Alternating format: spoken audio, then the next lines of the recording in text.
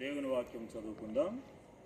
కీర్తనల గ్రంథము 121వ కీర్తన. కీర్తనల గ్రంథము 121వ కీర్తన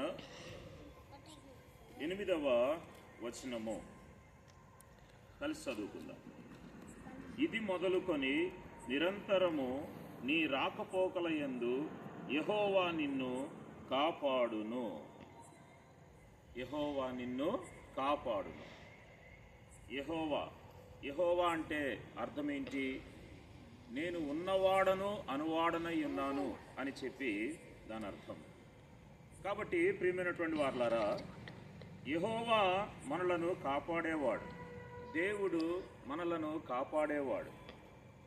దేవునికి ఉన్నటువంటి పేర్లలో ఒక పేరు యెహోవా, ఇంకొక పేరుంది యేసుక్రీస్తు. ఈ రెండు పేర్లు కూడా దేవునికి ఉన్నటువంటి పేర్లే.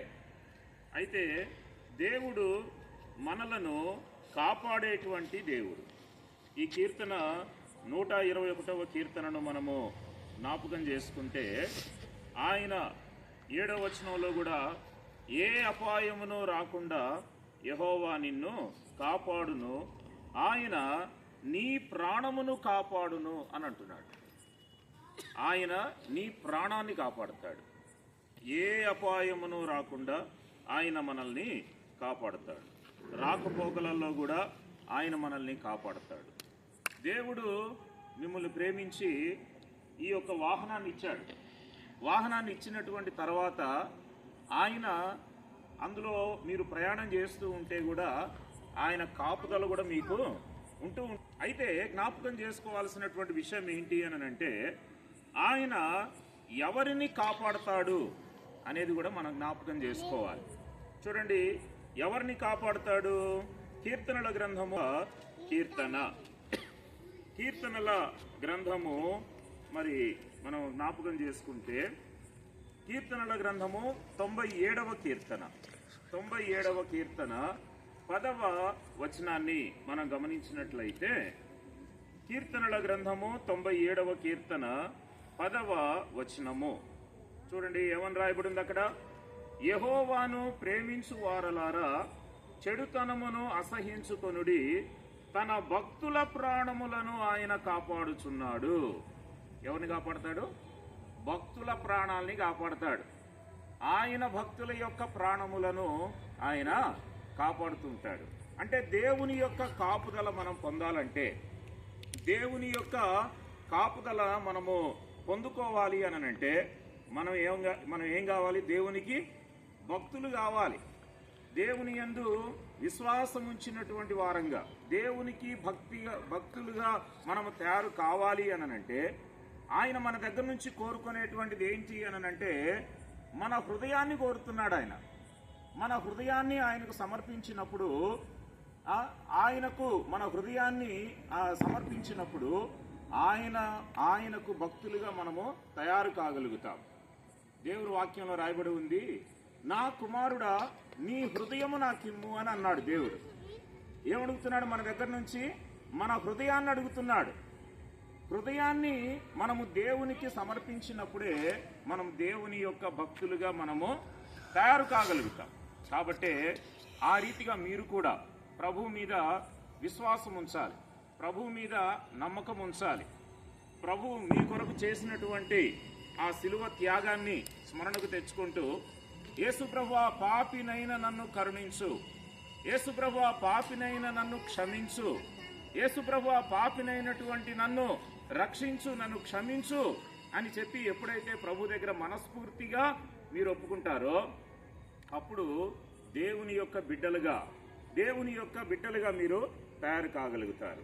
ఆయన రక్తము చేత కడగబడతారు. ప్రియులారా, వాక్యంలో రాయబడి ఉంది, మన పాపములను మనము ఒప్పుకొనిన ఎడల ఆయన నమ్మదగిన వాడును నీతిమంతుడును గనుక ఆయన మన పాపములను క్షమించి సమస్త దుర్నీతి నుండి మనలను పవిత్రులనుగా చేయును అను.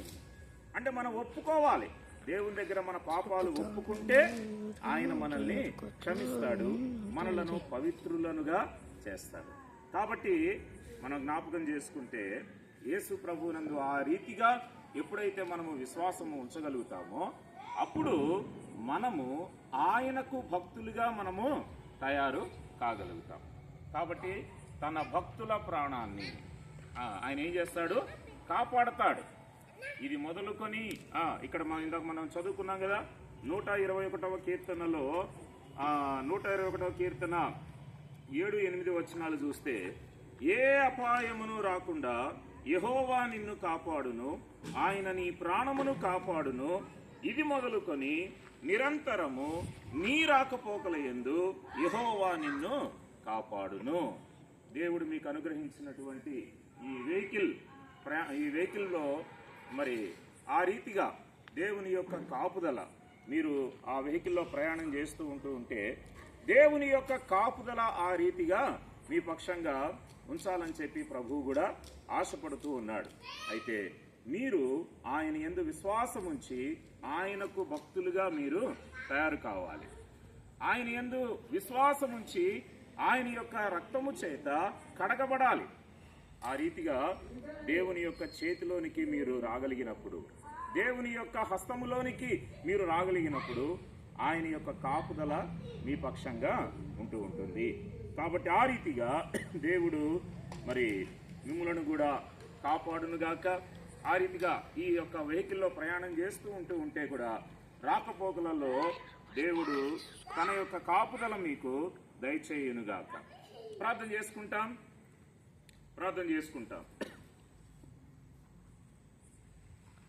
ప్రేమ కలిగిన పరిశుద్ధుడు అయినటువంటి మా తండ్రి యేసుక్రీస్తు వారి శ్రేష్టమైనటువంటి ఘనమైనటువంటి నామములో నీకు వందనాలు, స్తోత్రాలు చెల్లిస్తూ ఉన్నాం.